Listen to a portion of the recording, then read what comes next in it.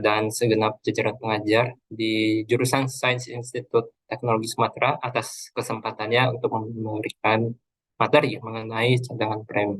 Jadi mohon izin ya, saya ingin berbagi tentang cadangan premi yang biasanya dihitung atau dilakukan di industri asuransi.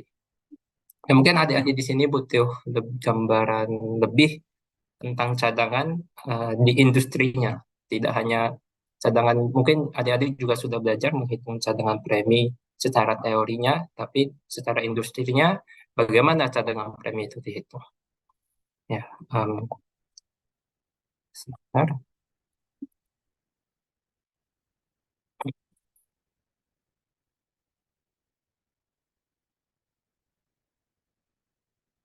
Ya, jadi kali ini saya akan membahas cadangan premi yang biasanya dilakukan di industri perusahaan asuransi. Tapi sebelum kita membahas tentang cadangan premi, ada baiknya kita mau mengetahui dulu apa itu cadangan gitu ya. Cadangan. Cadangan kalau misalkan di kehidupan pribadi adik-adik atau di kehidupan pribadi saya, cadangan itu bisa berupa sesuatu yang kita simpan ya sebagai persediaan untuk keperluan di masa depan. Keperluannya bisa keperluan darurat, contohnya tiba-tiba eh, ada sesuatu hal yang mendesak, saya bisa menggunakan cadangan itu untuk memenuhi keperluan itu. Dan cadangannya juga kalau dalam kehidupan saya tidak harus dalam bentuk duit, bisa juga dalam bentuk barang, contohnya makanan cadangan gitu ya, seperti mie instan dan lain-lainnya. Cadangan juga bisa diartikan seperti suatu persediaan yang disimpan, dalam hal ini mungkin namanya tabungan gitu ya atau dana yang yang akan dipakai untuk keperluan di masa depan. Misalkan pada tahun depan saya punya keperluan untuk misalkan melakukan traveling ke luar negeri, maka saya harus menyiapkan sebuah cadangan begitu. Nah, itu kalau cadangan dari sisi kehidupan manusia. Tapi kalau cadangan dari segi bisnis bagaimana? Nah, biasanya dalam suatu perusahaan ya, perusahaan umumnya atau perusahaan biasa, cadangan itu seperti ibaratnya kayak dana gitu ya. Juga sama sih seperti yang tadi, itu juga sebagai dana atau persediaan ya untuk menghadapi kondisi yang tidak pasti gitu. Bisa aja kondisi darurat atau bisa juga untuk menghindari situasi bangkrut atau lainnya gitu. Nah, perusahaan asuransi pun sama, Recording in progress. mempunyai cadangan. Nah, tapi apa bedanya gitu ya, cadangan perusahaan asuransi dengan cadangan perusahaan umum pada biasanya. Nah, kalau pada perusahaan umum, misalkan saya buka bisnis kafe gitu ya, terserah saya ingin menentukan cadangannya berapa gitu. Cadangan ini boleh saya pakai rule of thumb untuk menentukan besar cadangannya, atau saya juga bisa tidak menyiapkan cadangan sama sekali. Itu terserah pemilik perusahaannya. Dalam hal ini, cadangannya itu bukanlah kewajiban, tapi bertindak seolah seperti aset gitu ya, milik saya gitu, milik pemilik perusahaan secara umum. Nah, tapi ini beda gitu, beda untuk perusahaan asuransi. Perusahaan asuransi itu wajib menyediakan cadangan. Cadangan itu bukanlah sebuah aset gitu ya. Cadangan ini haruslah merupakan suatu kewajiban atau ibaratnya itu seperti eh, dana yang harus kita siapkan untuk memenuhi kewajiban atau utang kepada orang-orang di masa depan, kepada pemegang-pemegang polis di masa depan. Kenapa? Karena kan kalau perusahaan asuransi bisnisnya itu seperti eh, calon nasabah membeli pertanggungan ya, membeli proteksi terhadap kepada asuransi. Nah, duit yang diberikan oleh pemegang polis ini tidak bisa kita 100% gitu akui sebagai laba, tidak bisa kita pakai sesuka kita gitu. Duit ini preminya sebagiannya harus disisihkan sebagai cadangan untuk memenuhi eh, kewajiban atau bisa untuk mengantisipasi resiko-resiko yang terjadi kepada si pemegang polis ini di masa depan, seperti membayar klaim dan lain-lainnya. Jadi oleh karena itu perusahaan asuransi ini perlu menyiapkan cadangan premi karena cadangan karena resikonya itu bisa terjadi selama masa pertanggungan asuransi. Jadi perusahaan asuransi perlu menyiapkan cadangan sehingga ketika sesuatu terjadi eh, dananya cukup dan memadai untuk menanggung kewajiban asuransinya di masa depan. Nah, jadi itu gambaran tentang cadangan ya. Nah, prosesnya tuh bagaimana sih kita mendapatkan cadangan premi? Cadangan teknis ya. Dalam hal ini kita namanya cadangan teknis dulu. Cadangan teknis itu adalah dana yang kita sisihkan untuk memenuhi kewajiban di masa depan untuk pemegang polis. Nah, jadi alurnya itu pemegang-pemegang polis tuh memberikan preminya kepada perusahaan asuransi. Nah, premi-premi ini bisa dialokasikan ke banyak hal. Salah satunya untuk memenuhi expense atau pengeluaran, dan pengeluarannya ini banyak macamnya. Komponen paling besar biasanya itu adalah untuk membayar komisi agen ya, atau membayar bonus agen. Bisa juga pengeluaran ini adalah contohnya untuk memelihara polis, untuk memaintain IT, untuk memaintain sistem di perusahaan asuransinya, bisa juga untuk menggaji karyawan dan membeli aset-aset tertentu untuk mengembangkan bisnis dan lain sebagainya. Jadi sebagian premi itu kita alokasikan untuk membayar pengeluaran.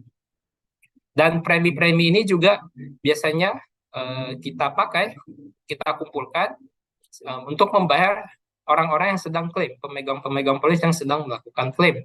Jadi dengan dana premi ini kita bisa membayar manfaatnya bisa banyak hal ya, tidak harus manfaat kematian saja, tapi bisa manfaat kesehatan, anuitas, dan lain-lain sebagainya. Jadi duit premi-premi ini kita pakai untuk membayar manfaat-manfaat pada pemegang polis. Nah, preminya sudah kita pakai buat pengeluaran, sudah kita buat pakai manfaat. Apakah sisanya kita bisa buat jadikan laba gitu? Nah, tentu tidak bisa ya. Premi-premi ini sebagiannya harus kita sisihkan sebagai cadangan. Nah, cadangan ini tentu kedepannya akan dipakai untuk memenuhi kewajiban pemegang polis untuk kepada pemegang-pemegang polis yang mengajukan klaim. Tapi tidak hanya itu, sebenarnya lebih tepatnya cadangan itu juga untuk membayar pengeluaran-pengeluaran di masa depan. Contohnya misalkan pemegang polis mengajukan renewal, jadi dia memperpanjang polisnya. Nah, ketika dia mengajukan renewal, agen yang berhubungan dengan pemegang polis itu bisa saja mendapatkan komisi renewal. Nah, komisi renewal ini bisa kita bayar menggunakan cadangan, gitu. Jadi cadangan di sini tidak semestinya untuk manfaat dan untuk pengeluaran. Maksudnya untuk manfaat, tapi bisa juga untuk pengeluaran-pengeluaran di masa depan. Nah, jadi ini adalah cadangan teknis namanya, cadangan teknis. Nah, lalu bagaimana cadangan teknis ini harus dihitung? Sebelum dihitung, perlu cadangan teknisnya itu dikelompokkan dulu. Nah, ini berdasarkan peraturan SOJK nomor 27. Sebenarnya daftarnya panjang gitu ya, kalimatnya itu panjang-panjang, tapi saya ringkas saja. Cadangan teknis itu biasanya itu dibagi-bagi sesuai produknya, sesuai manfaatnya, dan sesuai profil resikonya. Jadi contohnya itu misalkan eh, contohnya profil resiko, misalkan ada pemegang polis yang membeli asuransi jiwa. Nah, profil resiko ya dari pemegang polis yang lebih berumur tentu lebih beresiko daripada profil resiko dari pemegang polis yang masih remaja atau masih umur 20-30-an. Nah, jadi cadangannya itu harus harus di profil resiko pemegang polis itu harus dipertimbangkan dalam menghitung cadangan teknis. Begitu pula juga dengan manfaat ya, semakin besar manfaat tentu semakin besar cadangannya dan juga sesuai produk gitu. Apakah eh, kalau produk asuransi jiwa cadangannya bagaimana, kalau asuransi kerugian cadangannya lain lagi gitu, cara menghitungnya. Dan juga eh, apa dia juga harus konsisten gitu. Dalam hal konsisten ini, konsisten itu maksudnya konsisten untuk berbagai produk, tapi dalam kelompok produk yang sama. Contohnya, misalkan dalam kelompok produk ini ada asuransi jiwa A, B, C, D, E. Profil resikonya tuh kayak sama, tapi kita tidak boleh menerapkan cara-cara yang berbeda untuk eh, tiap produk ini dalam kelompok produk yang sama. Tidak bisa kita bilang, oh kita pakai metode A untuk cadangan untuk produk A, kita pakai metode B untuk cadangan B gitu. Tidak bisa. Selama A, B, C, D, E ini merupakan suatu kelompok produk yang sama, cadangan perhitungan cadangannya harus konsisten untuk produk-produk ini yang terdapat di apa kelompok produk yang sama. Dan juga dia harus konsisten untuk eh, untuk produk yang sama antar tanggal periode pelaporan cadangan teknis. Jadi misalkan pelaporan cadangan teknis itu per bulan gitu ya. Tidak bisa per setengah bulan awalnya itu kita pakai metode A, tiba-tiba di setengah bulan lainnya kita pakai metode B. Jadi kayak tidak konsisten begitu. Jadi dalam satu bulan kita harus konsisten eh, menerapkan cadangan teknis eh, antar tanggal pelaporan cadangan teknis. Karena cadangan teknis itu biasanya kita laporin ke OJK. Lalu juga cadangan teknis itu menjamin harus pengakuan liabilitas untuk pemegang polisnya haruslah wajar dan adil dan juga harus sesuai dengan standar praktik yang berlaku di Indonesia maupun di dunia. Jadi standar praktik di sini banyak ya. Di Indonesia sendiri ada PSAK 62, di luar ada IFRS 4, dan masing-masing negara juga memiliki standar praktiknya sendiri. Di Korea juga ada, di Australia, Amerika, Kanada, semuanya tuh memiliki standar praktiknya sendiri-sendiri. Nah, jadi kalau di Indonesia ya diusahakan mengerti standar praktik yang ada di Indonesia. Tapi bisa juga suatu perusahaan mengikuti standar praktik di luar negeri. Contohnya di perusahaan saya ada kantor kantor pusatnya di Korea Selatan. Jadi kita tuh membuat dua semacam dua laporan. Yang satu mengikuti standar praktik Indonesia, yang satu lagi mengikuti standar praktik di Korea. Ya. Nah, ini adalah catatan teknis menurut OJK terbagi atas 5 gitu ya. Ada 5 kategorinya: cadangan premi, CAPYBMP dan CRYBD, cadangan atas PD, cadangan klaim, dan cadangan katastropik. Nah, karena temanya ini adalah cadangan premi, maka yang saya akan bahas itu poin-poin yang berwarna hijau ini, cadangan premi dan CAPYBMP dan CARYBD. Tapi secara singkatnya ya, untuk cadangan-cadangan lainnya, cadangan atas PD itu cadangan eh, atas dana investasi. PD itu adalah produk asuransi yang dikaitkan dengan investasi. Jadi dana investasinya harus kita bikinkan sebuah cadangan gitu ya, agar nanti ketika dia mau menarik hasil investasinya, kita mempunyai dananya untuk diberikan kepada eh, pemegang polisnya. Ada juga cadangan klaim. Secara singkatnya, cadangan klaim itu untuk cadangan yang dipersiapkan untuk memenuhi klaim yang sudah terjadi, tapi belum eh, dilaporkan gitu ya. Mungkin istilahnya incurred but not reported. Incurred but not reported ini biasanya diestimasi dengan metode-metode umum seperti chain leader dan lain sebagainya. Bisa juga untuk membayar dipersiapkan untuk membayar klaim yang sudah di-approve, sudah disetujui tapi belum dibayar. Jadi itu adalah cadangan klaim. Yang terakhir adalah cadangan katastrofik sesuai namanya ya. Untuk cadangan ini dipersiapkan untuk kejadian-kejadian katastrofik yang seperti bencana alam dan lain-lain. Uh, nah, itu deskripsi singkat mengenai 3 cadangan lainnya. Nah, yang saya akan bahas itu adalah cadangan premi dan CAPY-BNP dan CRYBT.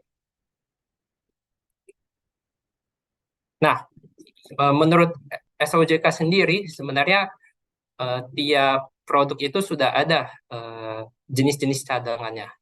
Nah, di sini bisa terlihat ciri-ciri produk yang menggunakan cadangan premi, CAPY-BNP, CRYBT, dan cadangan atas BD. Secara singkatnya, untuk produk-produk yang berjangka panjang atau long term, ya biasanya long term itu maksudnya masa asuransinya tuh lebih besar daripada 1 tahun gitu, lebih dari 1 tahun. Nah, untuk produk-produk yang long term ini kita biasanya menghitung cadangan premi, namanya cadangan premi. Untuk produk yang kurang dari 1 tahun atau lebih dari 1 tahun tapi renewable, kondisi polisnya, kita bisa menggunakan CAPBNP dan CARYBT. Nah, jadi itu tergantung fitur produknya ya, tergantung manfaatnya. Apakah manfaatnya itu diberikan nanti pada waktu yang panjang di masa depan, atau bisa manfaatnya itu diberikan kurang dari 1 tahun. Nah, ini adalah cadangan-cadangan yang uh, bisa berdasarkan jenis produk. Nah, satunya lagi adalah PD atau produk asuransi yang dikaitkan dengan investasi. Contohnya adalah unit link ya. Unit link itu adalah produk di mana pegang polis itu membayar sejumlah premi untuk jasa proteksi, tapi juga untuk jasa investasi. Nah, jadi em, tidak semua preminya itu dijadikan proteksi, tapi sebagian premi itu diinvestasikan oleh manajer investasi di perusahaan asuransi. Jadi mungkin seolah-olah bertindak sebagai reksadana ya, di mana pemegang polis itu kasih duit, kasih premi kepada perusahaan asuransi, dan perusahaan asuransi yang mencoba eh, menghasilkan untung atau laba dari investasi dari premi yang diberikan oleh pemegang polis. Nah, untuk produk unit link ini unsur investasinya juga dipisah gitu ya cadangannya. Makanya dinamakan cadangan atas PD. Nah, untuk kali ini yang saya tidak akan begitu membahas dengan cadangan atas PD. Saya akan membahas tentang cadangan premi dan CAPY BNP dan CARY BD. Oke. Nah, tapi ini beberapa contoh ya untuk contoh produk untuk cadangan premi. Contoh produk misalkan cadangan premi itu asuransi jiwa tradisional. Asuransi jiwa tradisional itu adalah contohnya produk yang eh, menanggung eh, menanggung sebuah pemegang polis hingga seumur hidup atau hingga umur 99 tahun gitu. Intinya di covernya lama gitu, bertahun-tahun. Itu salah satu contoh cadangan premi. Kalau contoh produk yang jangkanya pendek, biasanya asuransi kerugian tahunan gitu ya, di mana eh, misalkan handphone gitu ya, handphone ada asuransinya, asuransinya itu biasanya cuma sampai 1 tahun, maka itu adalah produk jangka pendek, CAP, dan ini menggunakan CAPY-BNP dan CARY-BD. Oke. Nah, kali ini kita akan membahas yang namanya cadangan premi gitu ya. Cadangan premi itu adalah untuk produk yang berjangka panjang. Jadi kalau untuk produk jangka panjang kan panjang gitu ya. Biasanya yang dipakai untuk menghitung cadangan premi adalah metode gross premium valuation. Jadi biasanya ada dua metode, satunya gross premium valuation, satunya net premium valuation. Nah, apa bedanya? Jadi di beberapa negara ada yang menggunakan net premium valuation, tapi di Indonesia sendiri kita memakai gross premium valuation. Perbedaan antara gross dan net di sini adalah net itu hanya murni mempertimbangkan manfaat klaim dan eh, penerimaan premi. Tapi untuk gross premium valuation sendiri, semua arus kas harus dipertimbangkan. Jadi tidak hanya premi dan tidak hanya manfaat klaim, tapi juga pengeluaran-pengeluaran lainnya. Biasanya tuh contohnya komisi agen, biaya pemeliharaan polis, dan lain-lain sebagainya. Nah, di Indonesia sendiri, di SEOJK-nya sendiri, dia ditulis bahwa perusahaan asuransi memakai metode gross premium valuation. Oke.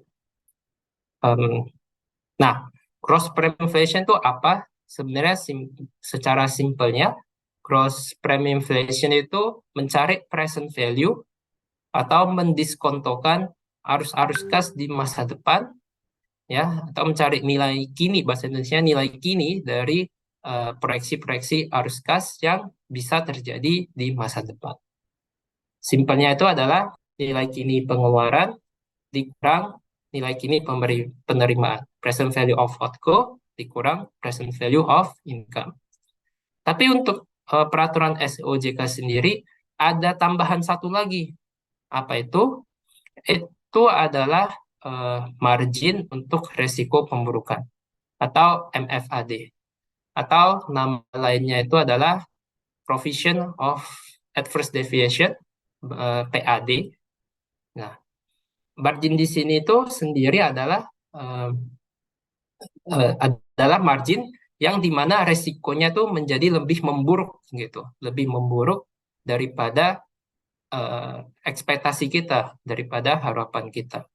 Jadi istilahnya itu marginnya itu untuk berjaga-jaga gitu ya. Misalkan tiba-tiba ada contohnya pandemi atau kejadian-kejadian tak terduga lainnya.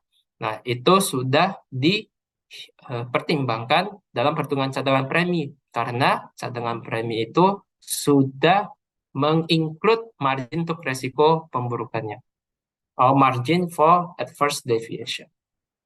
Nah, ini menurut SOJK sendiri.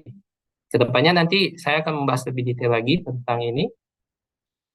Nah, di SOJK sendiri juga diatur apa sih komponen-komponen pengeluaran, apa sih komponen-komponen penerimaan. Jadi untuk pengeluaran tentu ada manfaat kas yang terjadi di masa depan, itu tentu adalah klaim yang bisa terjadi di masa depan. Lalu juga ada biaya pemasaran, ya, yaitu untuk komisi agen, biaya penerbitan polis, perawatan polis, ya itu untuk memaintain sistem atau menerbitkan buku dan lain sebagainya, dan juga pajak gitu ya, kecuali pajak penghasilan. Nah, tapi yang tidak di-include, SOJK juga bilang yang pengeluaran ini reasuransi dan cadangan klaim itu tidak termasuk dalam komponen pengeluaran. Jadi murni nilai komponen-komponen pengeluaran ini hanya berdasarkan asuransinya aja, proteksinya aja, tidak termasuk reasuransi, tidak termasuk cadangan klaim. Gitu. Reasuransi itu adalah perusahaan asuransi yang menanggung perusahaan asuransi lainnya gitu ya. Jadi grant-nya gitu, double insurance semacam gitu. Jadi untuk komponen arus-arus kas yang terkait terhadap perusahaan reasuransi, contohnya premi yang dibayarkan kepada perusahaan reasuransi ataupun arus kas yang bisa terjadi karena kita mengklaim dari perusahaan reasuransi itu tidak dimasukkan dalam komponen pengeluaran. Nah, jadi arus kas yang terkait dengan reasuransi tidak di-include. Nah, itu untuk komponen pengeluarannya. Bagaimana kalau komponen penerimaannya? Tentu komponen penerimaannya itu adalah pendapatan premi dan juga pendapatan-pendapatan lainnya yang terkait ya dengan produk asuransi. Nah, yang tidak termasuk dalam komponen penerimaan ini adalah hasil investasi karena kita murni mau lihat proteksinya saja, unsur proteksinya saja, dan juga reasuransi dan cadangan klaim. Jadi arus kas yang terkait dengan reasuransi tidak dimasukkan dalam perhitungan eh, ini gitu ya. Eh, nah, ada banyak faktor untuk menentukan cadangan premi. Tentu manfaat dan masa asuransi itu adalah salah satu faktor ya. Semakin besar manfaatnya, semakin besar juga cadangannya. Semakin panjang masa asuransinya, mungkin juga semakin besar manfaatnya. Ini saya omonginnya asuransi jiwa ya. Kalau misalkan anuitas itu lain lagi. Nah, dan juga eh, manfaat itu dipengaruhi oleh pendapatan premi. Gitu. Nah, dua ini kan dua dua komponen yang berwarna hijau ini kan kita sudah tahu besarannya gitu ya. Sudah pasti, oh kalau seseorang melakukan klaim, kita harus bayar sejumlah 500 juta. Preminya juga sudah di-set di awal gitu. Pendapatan preminya, oh pemegang polis ini akan membayar sejumlah 100.000 rupiah per bulan kepada perusahaan asuransi. Angkanya sudah ada. Nah, tapi untuk faktor-faktor lainnya, biaya, tingkat klaim, tingkat inflasi, diskonto, dan tingkat mutasi, itu kita bisa tahu secara pastinya gitu. Contohnya tingkat klaim atau mortality apa klaim klaim rate gitu ya. Kita tidak bisa tahu, oh tahun depan pasti ada 10 orang yang ngeklaim. Terus tahun depannya lagi ada 5 orang lagi yang ngeklaim. Kita tidak bisa tahu secara pasti. Nah, untuk faktor-faktor yang tidak pasti ini bisa kita hitung dengan mengatur suatu asumsi gitu, suatu eh, asumsi yang logis, masuk akal dan wajar untuk faktor-faktor lainnya. Jadi di SOJK sendiri untuk mengatur asumsi biaya itu sudah ada aturannya, untuk untuk ada aturannya maksud saya. Untuk mengatur asumsi tingkat klaim juga sudah ada aturannya, tingkat inflasi, tingkat diskonto, dan tingkat mutasi juga sudah ada aturannya. Nah, jadi dengan membaca SOJK nomor 27, perusahaan asuransi bisa menghitung asumsi-asumsi yang ini berdasarkan peraturan-peraturan. Ya. Em, nah, biasanya perusahaan asuransi itu setelah menghitung cadangan, mereka akan melaporkannya ke OJK. Nah, cadangan ini yang berdasarkan pengalaman tim aktuaria kami, itu yang dilaporkan itu ada 4 macam gitu ya. Ada SAP sama SAK. Nah, SAP di sini kepanjangannya adalah standar akuntansi pemerintah, atau dengan kata lain standar yang sudah diatur oleh pemerintah. Sudah ada aturannya, kita tinggal ikutin peraturan-peraturannya. Di sini ada SAP 75% MFAD, 95%. Nah, angka-angka 75% dan 95% ini artinya apa? Artinya itu semacam tingkat kepercayaan atau confidence level. Jadi, ketika kita menghitung cadangan premi, kan ada asumsinya. Asumsinya itu diperburuk. Tapi diperburuk seberapa parah? Nah, diperburuknya itu sebesar 75% atau 95% confidence level. Jadi, eh, ibaratnya itu cadangan premi yang sudah dihitung dengan 75% MFAD, itu artinya kita 75% percaya bahwa cadangannya itu bisa memenuhi kewajiban-kewajiban kepada pemegang polis di masa depan dengan tingkat persen 75%. Jadi peluang memenuhi kewajibannya itu adalah 75%. Itu semakin besar confidence levelnya, semakin besar cadangannya. Karena kalau semakin besar cadangannya, semakin pasti kita bisa membayar kewajiban-kewajiban pemegang polis di masa depan. Nah, juga ada namanya SAK atau Standar Akuntansi Keuangan. Ini biasanya untuk keperluan non-regulatory, misalnya untuk laporan keuangan ya, untuk para stakeholder, atau biasanya dipublish juga di website gitu. Nah, SAK ini tidak harus mengikuti peraturan pemerintah, tapi eh, ada baiknya perusahaan asuransi mengikuti standar-standar akuntansi yang sudah berlaku di Indonesia. Contohnya standar apa PSHK 6 ya IFRS atau IFRS 4. Ya, jadi perusahaan-perusahaan bisa menghitung cadangan premi dengan SHK, terus perusahaan asuransi juga bisa memilih MFAD-nya atau PAD-nya, mau seberapa buruk resiko asumsinya diperburuk, seberapa besar asumsinya diperburuk. Beberapa perusahaan tidak memakai MFAD, ya, tapi beberapa perusahaan juga memakai MFAD karena mungkin mereka ingin lebih konservatif atau ingin lebih berjaga-jaga. Ya, dampaknya sih sebenarnya kalau memakai MFAD, maka cadangannya lebih tinggi. Cadangannya lebih tinggi artinya yang menjadi haknya stakeholder itu menjadi lebih dikit, aset stakeholdernya menjadi lebih sedikit gitu. Kewajibannya semakin banyak gitu ya. Nah, jadi itu eh, kembali lagi ke kebijakan perusahaannya. Apakah perusahaannya ingin memakai MFAD atau tidak. Nah, tapi ya semua ini apapun laporannya itu semuanya bermula dari asumsi estimasi terbaik. Jadi asumsinya itu harus yang terbaik gitu ya. Harus mencerminkan hal-hal kejadian-kejadian yang akan terjadi di masa depan berdasarkan pengalaman-pengalaman yang sudah dilalui gitu. Nah, ada beberapa perusahaan asuransi yang mungkin akan menghitung asumsinya dengan lebih agresif. Agresif itu maksudnya dia yakin, eh, contohnya orang-orang yang mengklaim akan eh, makin sedikit gitu ya di masa depan, sehingga ketika dia menghitung cadangannya, asumsi kematiannya itu dia rendahin gitu, dia agresifin.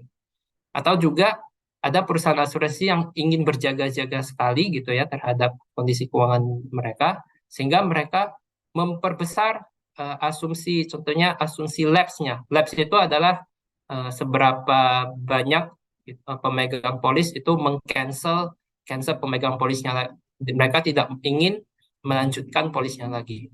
Nah, mungkin ada perusahaan asuransi yang ingin konservatif sehingga dia menaikkan asumsi lapse-nya gitu.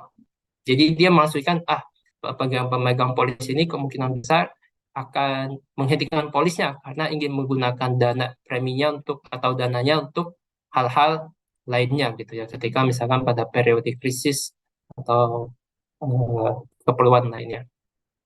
Nah, tapi di sini laporan-laporan yang dilaporkan di sini semuanya tuh awalnya tuh bermula ya dari base asumsi estimasi terbaik. Jadi asumsi-asumsinya itu cara mendapatkan asumsi-asumsi estimasi terbaiknya juga sudah ada standarnya, juga sudah ada caranya. Nah, ini menurut pedoman cadangan teknis dari Persatuan Aktuaris Indonesia di PHI, eh, dia juga tersedia di websitenya. Nah, untuk menentukan asumsi estimasi terbaik, kita bisa memilih banyak cara gitu. Apakah harus menggunakan pengalaman perusahaan? Jadi, misalkan untuk perusahaan-perusahaan yang eh, sudah eh, sudah lama berdirinya di Indonesia atau di manapun, nah mereka tentu sudah memiliki data-data historis atau pengalaman-pengalaman bertahun-tahun. Nah, jadi untuk menentukan misalkan asumsi lapse gitu ya, asumsi pemegang polis memberhentikan polisnya. Nah, untuk menentukan asumsi lapse ini, perusahaan ini bisa melihat em, data-data lalunya, lalu mendapatkan asumsi lapse-nya, lalu diterapkan asumsi lapse-nya untuk menghitung cadangan premi ke depannya gitu. Di SLJK ada aturan untuk mengatur aturan lapse juga sudah ada aturannya, tapi untuk keperluan SHK asumsi lapse-nya ini bisa berdasarkan kebijakan perusahaannya sendiri. Bisa juga asumsi-asumsi estimasi terbaik ini bisa dihasilkan dari pengalaman-pengalaman industri. Biasanya itu ini dilakukan oleh perusahaan-perusahaan asuransi yang baru gitu. Bayangkan perusahaan asuransi baru berdiri. Dia tidak ada data. Data tentu dia tidak ada data dong, karena kan dia belum ada pengalaman, belum ada data historis. Lalu bagaimana dia bisa menetapkan asumsi lapse-nya atau asumsi mortalitanya atau asumsi biayanya. Tentu perusahaan asuransi yang baru ini bisa melihat atau seolah-olah mencontek gitu ya, pengalaman-pengalaman asuransi di asuransi lainnya di industri yang sama. Jadi eh, perusahaan asuransi itu bisa mendapatkan asumsi ini. Biasanya salah satunya tuh contohnya buat mortalita. Mortalita sendiri udah ada tabel, tabel mortalita Indonesia 4, itu nama tabel mortalitanya. Tabel ini biasanya adalah eh, kumpulan mortality mortality rate di seluruh perusahaan asuransi di Indonesia. Nah, jadi perusahaan asuransi baru ini bisa merujuk ke namanya TMI 4 ya, TMI 4, dan menjadikan TMI 4 ini sebagai asumsi untuk mortalitanya, atau asumsi untuk klaimnya, atau asumsi untuk morbiditasnya. Atau ya, eh, juga kalau misalkan perusahaan asuransi baru ini bisa mendapatkan asumsi-asumsi lainnya dari bantuan, biasanya tuh dari bantuan reasuransi. Kenapa? Karena reasuransi itu kan menanggung banyak perusahaan asuransi, sehingga perusahaan reasuransi ini sudah memiliki banyak data gitu, memiliki banyak data campuran dari banyak perusahaan asuransi. Campuran data ini bisa menggambarkan pengalaman-pengalaman yang terjadi di industri asuransi itu sendiri. Jadi perusahaan asuransi baru ini bisa bekerja sama dengan perusahaan asuransi ini, bisa menanyakan pendapat-pendapat tentang asumsi lapse dan mortalitanya pada perusahaan reasuransi, dan perusahaan reasuransi akan berkomunikasi tentang asumsi-asumsi ini. Nah, eh, untuk mendapatkan asumsi lainnya, misalkan asumsi bunga, kita bisa juga melihat dari kondisi ekonomi makro, dan eh, kita bisa juga melihat faktor-faktor lainnya. Jadi semua ini bisa kita kombinasikan, jadi tidak harus semata-mata, oh, asumsi labs, kita harus mengikuti pengalaman kita gitu. Eh, Bisa juga asumsi labs itu bisa mengikuti kombinasi ya dari pengalaman perusahaan asuransi itu sendiri dengan pengalaman-pengalaman industri lainnya gitu. Selama ada alasan yang relevan, boleh eh, kombinasi pengalaman perusahaan dan pengalaman industri ini dikombinasikan untuk mendapatkan asumsi mortalita, asumsi biaya, dan asumsi loss. Ya, itu tentang asumsi. Nah, berikutnya tadi kan adalah asumsi estimasi terbaik. Lalu SOJK mengatakan asumsinya itu harus diperburuk gitu ya, diberikan sekian margin. Nah, margin ini adalah namanya margin untuk resiko pemburukan, atau margin yang diterapkan pada asumsi estimasi terbaik.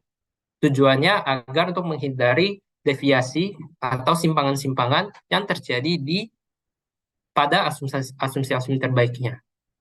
Nah, sebenarnya beda negara itu ada beda marginnya ya. Di Indonesia sendiri yang diterapkan itu adalah asumsinya yang diperparah gitu, asumsi yang diperparah. Tapi di negara lainnya marginnya itu bisa diterapkan pada hasil cadangan akhirnya gitu. Jadi setelah perusahaan asuransi mendapatkan cadangan menggunakan estimasi terbaiknya, dia sudah dapat angka akhirnya. Angka akhirnya nih dikalikan dengan sekian persentase, semacam misalkan 120% atau 150%, sehingga cadangannya itu lebih banyak gitu. Ini cara eh, ini salah satu cara untuk mendapatkan margin untuk resiko pemburukan. Tapi untuk Indonesia sendiri, marginnya harus ditetapkan pada asumsinya. Jadi sebelum menghitung hasil angka cadangan akhirnya, asumsinya harus diperparah. Contohnya misalkan tingkat loss-nya diperparah 10% atau 20%, tingkat mortalitanya diperparah 10% atau eh, diperparah 10% atau diperbagus 10%. Nah, menurut SE Joka sendiri, ya tingkat kepercayaannya paling sedikit 75%. Nah, tapi gimana nih? Gimana kita tahu tingkat kepercayaannya itu 75% gitu? Atau confidence level? Mungkin adik-adik di sini pernah belajar confidence level di mata kuliah statistik begitu ya. Nah, jadi perusahaan asuransi ini bisa menggunakan pengalaman-pengalamannya atau dan ilmu-ilmu statistiknya untuk mendapatkan confidence levelnya 75% dan 95%. Tapi berdasarkan pengalaman saya, eh, banyak perusahaan asuransi tidak memakai metode itu. Perusahaan asuransi biasanya memakai yang namanya best practice gitu, best practice di industri asuransi. Jadi sebagai contoh ya, untuk labs, untuk contohnya eh, dengan 75% tingkat kepercayaan, labsnya itu kita perparah aja maksimum 10% atau diperbagus 10%. Begitu pula juga dengan mortalita. Mortalita misalkan bisa diperburuk 10%, diperbagus 10%. Atau juga dengan asumsi biaya gitu. Tiba-tiba biaya naik karena inflasi atau sebab lainnya. Nah, itu biasanya ada angka best practice-nya itu berapa. Ya, jadi MFAD ini biasanya dikenakan di asumsi klaim, asumsi biaya, dan asumsi lapse. Kalau bunga biasanya tidak diperparah gitu ya. Oke. Nah, kira ini ada contoh perhitungan yang sederhana aja ya, tidak tidak ribet. Misalnya ada polis gitu ya, ada polis ya asuransi jiwa di mana manfaat asuransi jiwa singkat 3 tahun saja, di mana manfaatnya 100 juta dari dia 3 tahun, dan untuk keperluan presentasi ini tidak ada pengeluaran lain, jadi tidak ada komisi, tidak ada biaya pemeliharaan gitu ya. Ini simpelnya aja, jadi bisa seolah-olah ini kayak net premium valuation, tapi ini sebenarnya gross premium valuation. Nah, eh, ini perhitungannya kalau bisa dilihat, perhitungannya itu biasanya menggunakan Excel atau perangkat aktuarial lunak lainnya gitu, perangkat lunak aktuarial lainnya. Jadi ini untuk menggunakan Excel tentu ada faktor tingkat diskontonya, ada kematiannya, lalu eh, untuk menghitung nilai kini itu kan biasanya tingkat diskon dikali tingkat mortalita gitu kan. Tingkat diskonto dikali tingkat mortalita, lalu semuanya dijumlahkan mendapatkan hasil semacam angka A-nya gitu. Angka A-nya ini dikalikan dengan angka benefitnya atau angka B-nya. Nah, jadi seolah-olah perhitungannya itu nilai kini manfaat itu adalah kira-kira eh, dana yang harus disiapkan untuk memenuhi kewajiban di masa depan ini untuk orang ini saja, untuk satu orang itu berapa. Jadi peluang nilai kininya adalah atau present value-nya adalah 327.000 gitu untuk satu orang gitu ya. Untuk satu orang. Biasanya itu kita hitung cadangan per orang, lalu kita kumpulin gitu total cadangan premi, apa total nilai kini manfaatnya. Nah, ini untuk pengeluaran gitu ya. Ini untuk pengeluaran. Untuk penerimaan produk yang sama, contohnya itu preminya itu 100.000 gitu ya. Preminya 100.000 dan ada komisinya 10%. Jadi premi bersih kepada perusahaannya itu adalah 90.000 gitu. Jadi perusahaan asuransi hanya menerima 90.000 per tahun. Nah, untuk menghitung nilai kini atau present value dari premi bersih ini juga dengan cara yang sama ya, tingkat diskonto dikali tingkat survive pemegang-pemegang polisnya. Jadi kita bisa melihat bahwa ada sekitar 2,71561 dikali dengan 90.000. Jadi ini adalah present value dari apa net premiumnya. Nah, ini adalah contoh untuk menghitung asumsi estimasi terbaiknya. Nah, lalu bagaimana contohnya untuk margin for adverse deviation? Oh, sebelumnya, jadi cadangan premi dengan asumsi estimasi terbaik tinggal PV outgo dikurang PV income. Sehingga mendapatkan Rp83.000. Nah, ini adalah cadangan premi yang perlu kita siapkan untuk seseorang. Gitu. Untuk satu orang. Nah, lalu bagaimana contohnya kalau ada margin untuk resiko pemburukan? Nah, bisa dilihat di sini, asumsi awalnya tuh, contohnya untuk tahun pertama itu adalah 0,00153. Lalu ini tuh karena kita kenakan margin atau PAD atau MFAD, resiko asumsi kematian kita perparah gitu. Sehingga makin besar peluang orang ini untuk mengajukan klaim. Jadi dari 0,00153 jadi 0,00168. Semua asumsinya kita perparah. Untuk tingkat bunganya tidak kita perparah gitu ya. Eh, lalu kita hitung aja seperti biasa. Sehingga nilai kini manfaatnya yang awalnya tadi 300.000 sekarang menjadi 575.000 gitu karena kita perparah tingkat mortality-nya. Lalu juga ini karena ada resiko pemburukan berdampak juga terhadap penerimaan premi gitu. Sehingga premi yang kita harapkan itu menjadi lebih sedikit. Harusnya dari eh, ini tidak berbeda jauh ya. Dari 244.405 rupiah ya menjadi 244.336 rupiah. Jadi walaupun sedikit tapi kita bisa lihat terjadi penurunan premi gitu. Present value dari net premiumnya itu berkurang. Jadi sehingga kalau kita hitung cadangan premi yang sudah diterapkan dengan MFAD-nya itu menjadi makin besar, menjadi 331.000. Kalau kita bandingkan dengan best estimate liability-nya, dia cuma hanya 83.000 doang gitu. Jadi inilah yang ingin dimintain oleh OJK, cadangan premi dengan MFAD-nya itu berapa gitu. Jadi sehingga perusahaan surat kan OJK itu membuat peraturan eh, dengan tujuan melindungi kepentingan masyarakat gitu ya. Sehingga OJK itu membuat peraturan agar perusahaan-perusahaan asuransi itu menyiapkan cadangan yang lebih sedikit gitu, yang lebih dengan cara menerapkan MFAD pada asumsi-asumsi estimasi terbaik yang sudah disiapkan oleh perusahaan.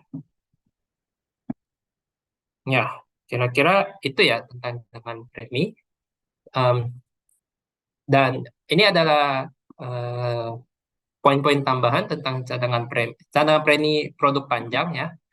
Bisa aja ketika kalian menghitung cadangan, pengeluarannya cadangan itu kan pengeluaran kurang penerimaan.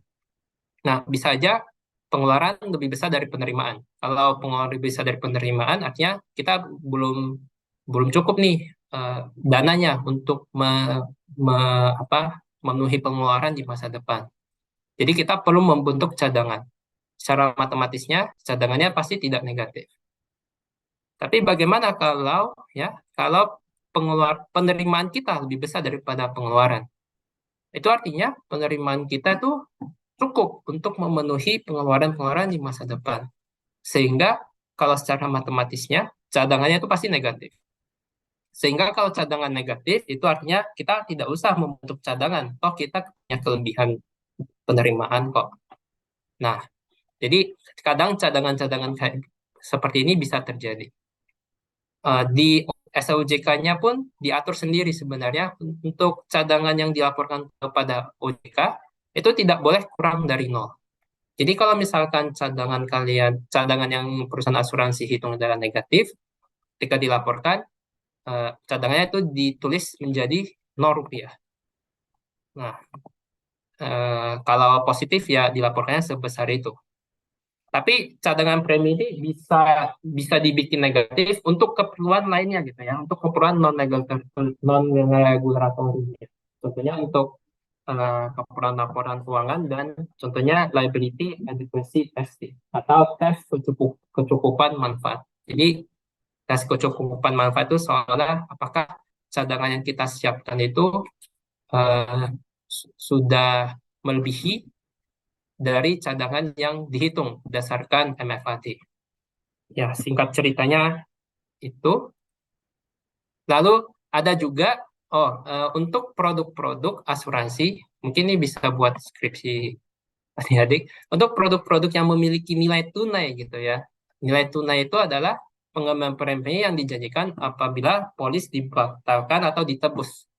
Jadi misalkan adik-adik membeli polis asuransi, lalu adik-adik memutuskan untuk berhenti, tidak ingin melanjutkan kembali polisnya. ada produk-produk yang mengembalikan sejumlah nilai tunai gitu ya, yang sebesar persentase dari nilai premi kepada pemegang polisnya gitu. Jadi kayak misalkan saya berhenti polisnya sekarang, mungkin saya bisa dapatkan 200.000 atau 1 juta karena saya dikembalikan nilai tunainya. Nah, kalau ada produk dengan nilai tunai, gimana hitung cadangan preminya? Jadi cadangan preminya itu hanyalah nilai maksimum antara best estimate liability ditambah margin dan nilai tunai. Jadi bisa aja contohnya itu cadangan yang kita siapin contohnya sebesar 30.000 gitu ya, 30.000 rupiah untuk orang ini.